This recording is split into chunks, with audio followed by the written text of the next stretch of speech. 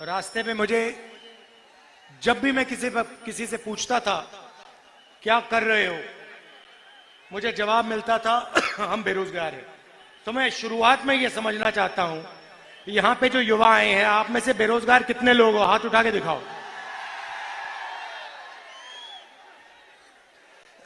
तो ये आपने जो हाथ देखे, ये बेरोजगारी के हाथ हैं।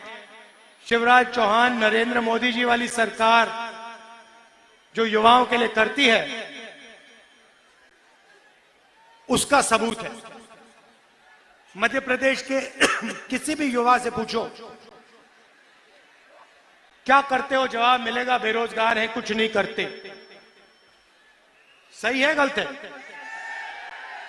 भाइयों और बहनों, बेरोजगारी मध्य प्रदेश में क्यों है? क्योंकि मध्य प्रदेश की सरकार और दिल्ली की सरकार सिर्फ बड़े उद्योगपतियों को मदद करती है। रोजगार कहां से आता है? छोटे व्यापारी, स्मॉल और मीडियम बिजनेस, छोटे उद्योग, छोटे दुकानदार, ये लोग प्रदेश को और देश को रोजगार देते हैं। और जीएसटी के कारण, नोटबंदी के कारण जो छोटे व्यापारी हैं, छोटे उद्योग हैं, स्मॉल और मीडियम बिजनेस वाले हैं, वो सारे के सारे बीजेपी की सरकारों ने बंद कर दिया। तो सच्चाई आज ये है कि मध्य प्रदेश में युवाओं को रोजगार नहीं मिल सकता। यहां पे आपको गैस सिलेंडर कितने का मिलता है? कितने का? 1200। भैया सवाल पूछना चाहता हूं, छत्तीसगढ़ में 500 का क्यों मिल रहा है? अगर यहां पे 1200 का मिल रहा है, छत्तीसगढ़ में 500 का क्यों मिल रहा है? क्योंकि वहां कांग्रेस की सरकार है, यहां बीजेपी की सरकार है।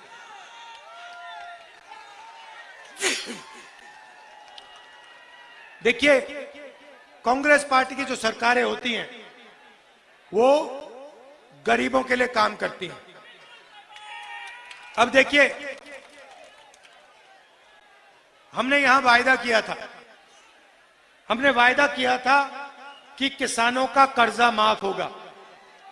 जब हमारी सरकार आई थी, 25 लाख किसानों का हमने कर्जा माफ किया और बीजेपी के लोग इसको सह नहीं पाए। बीजेपी के लोग और उनके बड़े जो उद्योगपति मित्र थे, उन्होंने आपकी सरकार, कांग्रेस की सरकार, आपसे चोरी करके छीन ली। सही ना? आपकी सरकार नहीं चलने दी। आपने जो कांग्रेस पार्टी के विधायक जो चुने थे, उनको चोरी करके बीजेपी की सरकार उठा के ले गई और उन्हें यहां बीजेपी की सरकार बनाई। ये चोरी की सरकार है ना? ये आपने जो कहा था, आपने कहा था कांग्रेस पार्टी की सरकार होनी चाहिए और आपने कांग्रेस पार्टी को चुनाव जिताया और बीजेपी और उनके जो उद्योगपति बड़े बड़े दोस्त हैं, उन्होंने आपकी सरकार आपसे चोरी की, विधायकों को पैसा देकर उन्होंने सरकार तोड़ी। बस। अब देखिए, एक और, मैं थोड़ा पानी देना।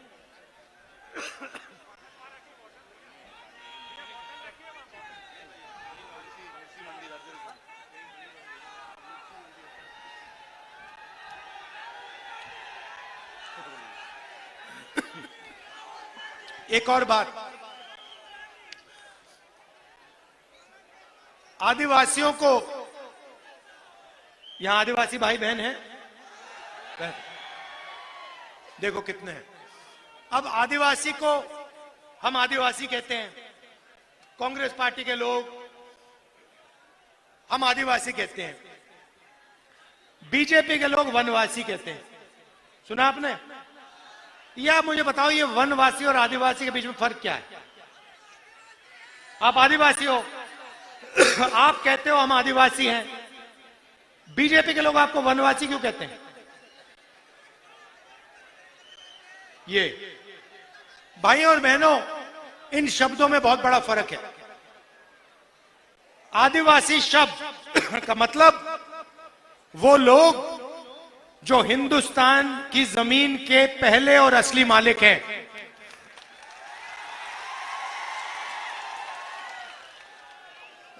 हम आपको आदिवासी इसलिए कहलाते हैं क्योंकि हम जानते हैं कि सबसे पहले आप इस जमीन के मालिक थे और इस जमीन का हक, इस जमीन का अधिकार आपका है, आपका बनता है।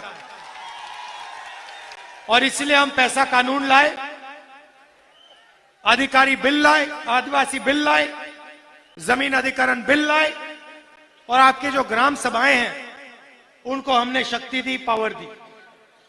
बीजेपी आपको वनवासी कहती है, इसके पीछे उनकी सोच है। वनवासी का मतलब वो लोग जो जंगल में रहते हैं। पता नहीं आपने देखा या नहीं, बीजेपी का एक नेता एक आदिवासी युवा पर पेशाब कर रहा था, वीडियो वायरल हुआ, आपने देखा? आपने बीजेपी के किसी नेता को किसी जानवर पर पेशाब करते हुए देखा है? नहीं देखा। जानवर पर पेशाब करते हुए नहीं देखा, मगर आदिवासी युवा पर पेशाब करते हुए देखा, और वीडियो वायरल करता है वो। इतने बेशर्म है। इनकी सोच उस वीडियो में है। वो आपको वनवासी इसलिए कहते हैं क्योंकि वो चाहते हैं कि आप जंगल में रहो, जानवर जैसे जंगल में रहो। आप देख रहे हो आस्ते आस्ते जंगल कम होता जा रहा है। जंगल कम हो रहा है या ज्यादा? कम हो रहा है। जहां भी देखो जंगल कम होता जा रहा है। 15 साल में आपसे कहेंगे देखिए जंगल तो खत्म हो गया, आप वनवासी हो, जंगल खत्म हो गया, आपकी तो जगह ही नहीं रही, अब आप जाओ शहरों में भीख मांगो। ये उनकी सोच है। और हम कहते हैं कि आदिवासियों का कोई भी बेटा हो, बेटी हो, बड़ा सा बड़ा सपना हो उसका, इंजीनियर बनना चाहे, पायलट बनना चाहे, डॉक्टर बनना चाहे, लॉयर बनना चाहे, कुछ भी, उद्योगपति बनना चाहिए, उसकी पूरी मदद होनी चाहिए और उसका सपना पूरा होना चाहिए। यह कांग्रेस पार्टी कहती है।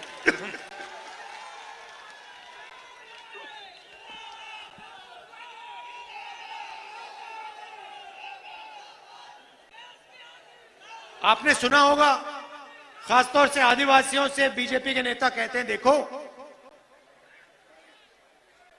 हिंदी पढ़ो, अंग्रेजी मत पढ़ना। अंग्रेजी नहीं पढ़नी चाहिए, हिंदुस्तान में अंग्रेजी नहीं फैलनी चाहिए। इसके पीछे इनकी सोच है।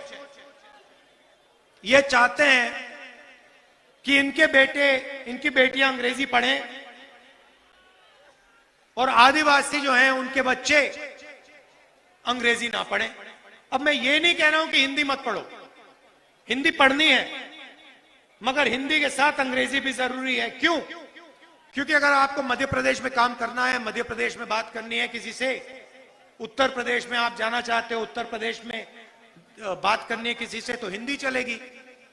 मगर अगर आप देश के बाहर जाना चाहते हो, अगर आप कॉल सेंटर में काम करना चाहते हो, अगर आप इंजीनियर बनना चाहते हो, अगर आप डॉक्टर बनना चाहते हो, अगर आप विदेश जाना चाहते हो, अंग्रेजी चलेगी।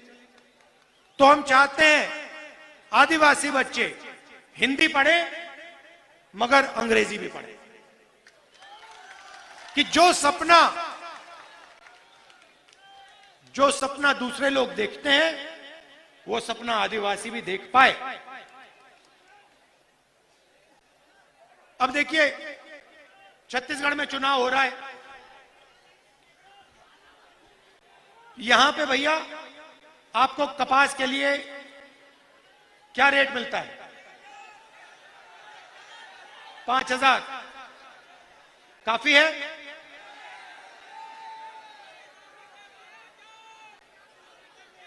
ये अब देखिए, उदाहरण देता हूं आपको। छत्तीसगढ़ में हमने जाके वायदा किया कि कर्जा माफ होगा और धान के लिए 2,500 रुपए प्रति क्विंटल मिलेगा। छत्तीसगढ़ में हमने किया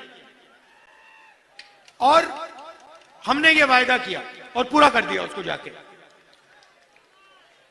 10 दिन पहले, मैं आपको बहुत अच्छी कहानी बताता हूं। 10 दिन पहले छत्तीसगढ़ में मेरा दौरा था। 15 दिन पहले किसानों से बातचीत हुई। मैंने एक किसान से पूछा, भैया बताओ आपके खेत का दाम क्या है, मतलब खेत कितने का है? मुझे कहता है, राहुल जी मुझे दाम नहीं मालूम। मैंने कहा, भाई तुम्हें दाम कैसे नहीं मालूम, तुम्हारा खेत है? मुझे जवाब देता है, राहुल जी जब से छत्तीसगढ़ की सरकार ने हमें 2,500 रुपए प्रति क्विंटल धान के लिए दिया है, तब से यहां पे कोई किसान अपना खेत नहीं बेचना चाहता। मैं नहीं जानना चाहता कितने का है, क्योंकि मैं इसको कभी बेचूंगा ही नहीं। मेरा तो पैसा बन रहा है। पहले बीजेपी की सरकार थी, मैं कर्जे में था, सही रेट नहीं मिलता था, आत्महत्या की सोचता था। अब कांग्रेस पार्टी की सरकार है, मैं इस खेत को कभी नहीं बेचूंगा।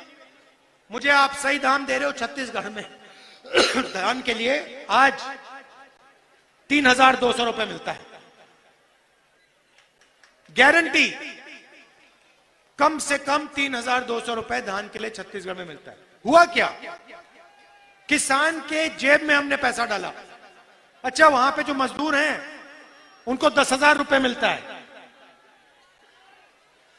वहां पे जो आदिवासी है, तेंदू पत्ता के लिए उनको 6,000 रुपए मिलता है एक बोरी के लिए, और 4,000 रुपए बोनस मिलता है हर साल। तो जो हमने किसानों के लिए छत्तीसगढ़ में किया, वो ही हम मध्य प्रदेश में करना चाहते हैं। क्यों? अगर किसान और मजदूर के जेब में पैसा है तो वो गांव में, कस्बों में उस पैसे को खर्च करेगा और छोटे दुकानदारों के पास जाकर छोटे दुकानदारों से चीज खरीदेगा। तो क्या होगा, अगर किसान के जेब में पैसा जाएगा, मजदूर के जेब में पैसा जाएगा, तो छोटे दुकानदार के पास भी पैसा जाएगा और पूरी की पूरी अर्थव्यवस्था चालू हो जाएगी। यह छत्तीसगढ़ में हुआ और प्रदेश बदल गया। भाइयों और बहनों, छत्तीसगढ़ में जो किसान है आत्महत्या नहीं करते हैं। मध्य प्रदेश में 18,000 किसानों ने आत्महत्या की है। 18,000। जब से कांग्रेस पार्टी की सरकार आई है, किसान आत्महत्या नहीं कर रहे हैं। यह जरूर है कि बड़े बड़े उद्योगपति इतने खुश नहीं है, वो थोड़े टेंशन लिए हैं, मगर किसान, मजदूर, छोटे दुकानदार, युवा, वो सब खुश हैं। छत्तीसगढ़ में, मध्य प्रदेश में, जैसे अभी मैंने हाथ उठवाया, आधी भीड़ ने हाथ उठा दिया, कह दिया हम बेरोजगार हैं। छत्तीसगढ़ में हम ऐसा सवाल पूछते हैं, बहुत कम हाथ उठते हैं। तो ये हम मध्य प्रदेश के किसानों के लिए, मजदूरों के लिए, आदिवासियों के लिए करना चाहते हैं। अच्छा भैया, एक बात बताइए, ये मध्य प्रदेश में भ्रष्टाचार के बारे में थोड़ा बताइए मुझे। ये शिवराज सरकार कितना कमीशन लेती है? 50% कमीशन लेते हैं। अच्छा, ये आपने देवेंद्र तोमर लड़का है, इसका वीडियो देखा आपने? देखा? मोदी जी ने इस पर कोई कार्रवाई की? कोई सीबीआई लगी, ईडी लगी, इनकम टैक्स लगा उस पे? यहां पे जो बच्चों को स्कूल में खाना दिया जाता है, उसका पैसा इन्होंने लूटा? मध्य प्रदेश पहला प्रदेश है जहां पे मरे हुए लोगों का इलाज होता है अस्पताल में। और सबसे बड़ा स्कैम, व्यापम स्कैम, जिसमें इन्होंने आपसे 1 करोड़ युवाओं को नुकसान पहुंचाया और 40 लोगों की मृत्यु हुई। पूरा शिक्षा का सिस्टम था, उसको रद्द कर दिया, उड़ा दिया इन लोगों ने। पटवारी एग्जाम स्कैंडल और एमबीबीएस सीट को बेचा इन लोगों ने। बेचा नहीं बेचा? तो सबसे भ्रष्ट सरकार मध्य प्रदेश की सरकार है। भाजपा सरकार, मध्य प्रदेश की सरकार नंबर 1 भ्रष्टाचार में सबसे आगे, बेरोजगारी में सबसे आगे, महंगाई में सबसे आगे, भ्रष्टाचार में सबसे आगे। अच्छा, मोदी जी कहते हैं कि पिछड़ों की सरकार है। पिछड़ों की सरकार है। भाई और बहनों, अगर पिछड़ों की सरकार है तो नरेंद्र मोदी और शिवराज चौहान जाति जनगणना से इतना क्यों डरते हैं? जैसे ही मैं स्टेज से शब्द कहता हूं जाति जनगणना, ये कांपने लग जाते हैं। क्यों? क्योंकि वो आदिवासियों को, दलितों को, पिछड़ों को अपनी सच्ची आबादी नहीं बताना चाहते। भाई और बहनों, मध्य प्रदेश को 53 अफसर चलाते हैं। मेरे पास यहां पे आंकड़ा पड़ा हुआ है मेरे सामने, मैं बताता हूं आपको। 53 अफसर मध्य प्रदेश की सरकार को चलाते हैं। ठीक है, सरकार को एमएलए नहीं चलाते। हर बच्चा आईएएस की पढ़ाई क्यों करता है? क्योंकि वो जानता है सरकार को आईएएस के लोग चलाते हैं, आईपीएस के लोग चलाते हैं। तो 53 लोग मध्य प्रदेश की सरकार को चलाते हैं। ये जो अफसर हैं, मध्य प्रदेश का पूरा पैसा है, जो बजट का पैसा है, इसको बांटते हैं। शिक्षा में कितना पैसा जाता है, आदिवासियों को कितना पैसा मिलता है, स्वास्थ्य में कितना पैसा जाता है, ये सारे के सारे निर्णय ये 53 अफसर लेते हैं। ठीक है, अब मैं आपसे सवाल पूछता हूं, 53 अफसर में से ओबीसी अफसर कितने? 53 में से भाई और बहनों एक ओबीसी अफसर है, एक। अच्छा, अगर मध्य प्रदेश की सरकार 100 रुपए खर्च करती है तो ओबीसी अफसर कितने पैसे का निर्णय लेते हैं? 33 पैसे। मतलब अगर मध्य प्रदेश की सरकार का बजट 100 रुपए होता तो ओबीसी अफसर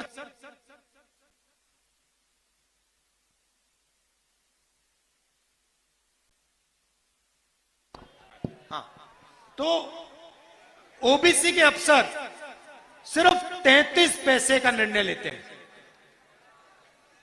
मतलब ओबीसी की मध्य प्रदेश की सरकार में कोई भागीदारी नहीं है, कोई भागीदारी नहीं है। चलिए आदिवासियों की बात करते हैं। 53 अफसर में से आदिवासी अफसर कितने? शाबाश, 2 अफसर आदिवासी हैं। अच्छा, आदिवासी अफसर जो हैं वो बजट का कितना निर्णय लेते हैं?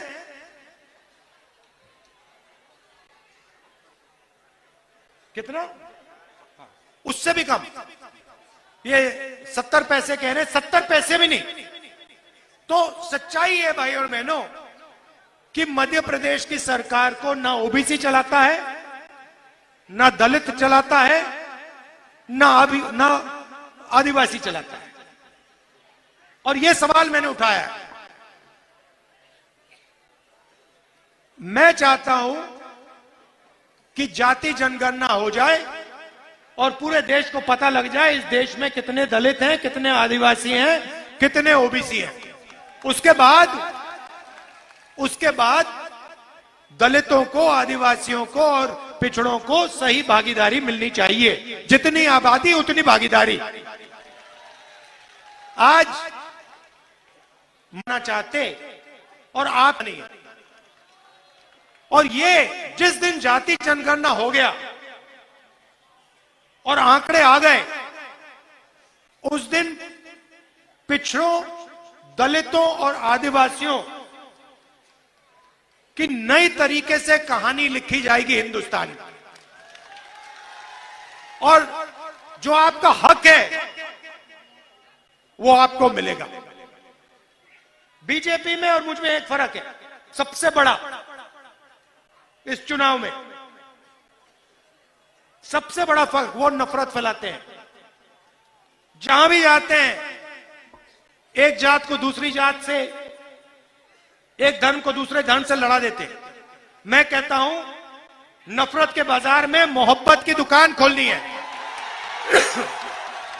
अब भैया अगर आदिवासियों को की भागीदारी नहीं होगी, अगर सरकार चलाने में पिछड़ों की आवाज नहीं होगी, दलितों की आवाज नहीं होगी, तो मोहब्बत की दुकान कैसे खुलेगी? कैसे खुलेगी?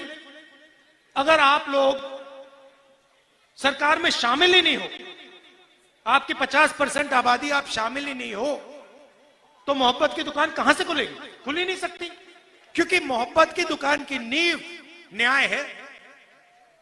न्याय होना चाहिए, पिछड़ों को न्याय मिलना चाहिए, आदिवासियों को, दलितों को, जनरल को, सबको न्याय मिलना चाहिए। और आज अन्याय का हिंदुस्तान है। यहां पे 53 अफसर हैं, एक ओबीसी का है।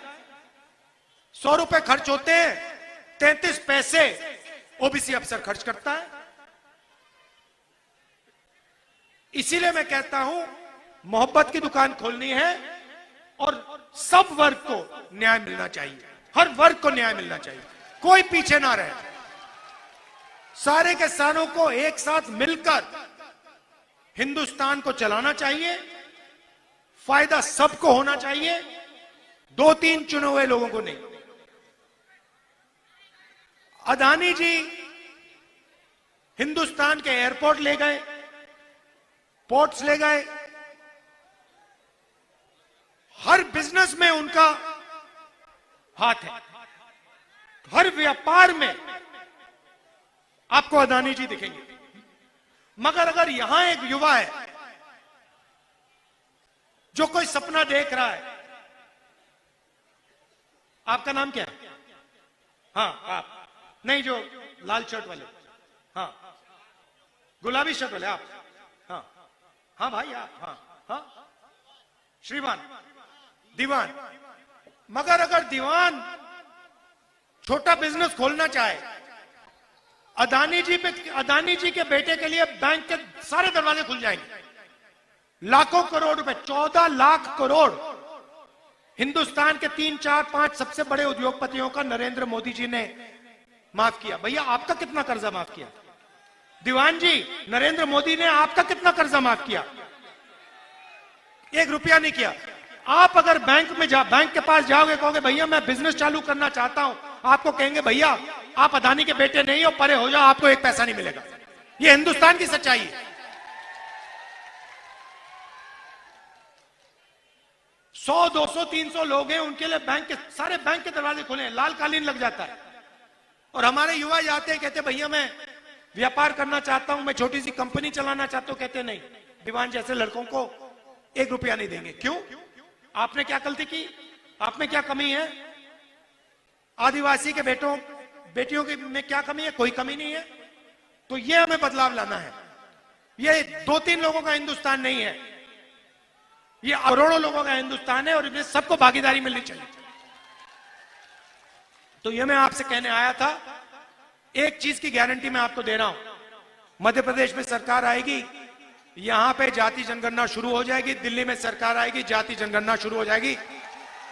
और हम ओबीसी वर्ग को, दलित वर्ग को, आदिवासी वर्ग को साफ बता देंगे आपकी आबादी हिंदुस्तान में कितनी है और आपका हक कितना बनता है, साफ बता देंगे आप सबका दिल से बहुत बहुत धन्यवाद। नमस्कार, जय हिंद।